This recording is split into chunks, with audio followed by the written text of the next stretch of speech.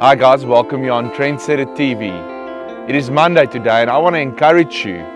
Maybe today you're in a place of discouragement. You're feeling like Abram in a desert and barren land, climbing your mountain, but you don't know where your provision is coming from. And that is what Ecclesiastes says. What was will be again.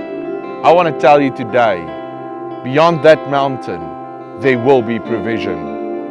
And the scripture comes to mind in 2 Kings 3 verse 16, where Elisha said to the kings, tomorrow you'll see no wind, no rain, but the water of blessing will be there. So today, all that you have to do is do the possible, and God will do the impossible. Because for God, the simple things is the difficult things, and it's easy for Him. And once the water is there, just step out and go and wash your feet. Have a blessed day.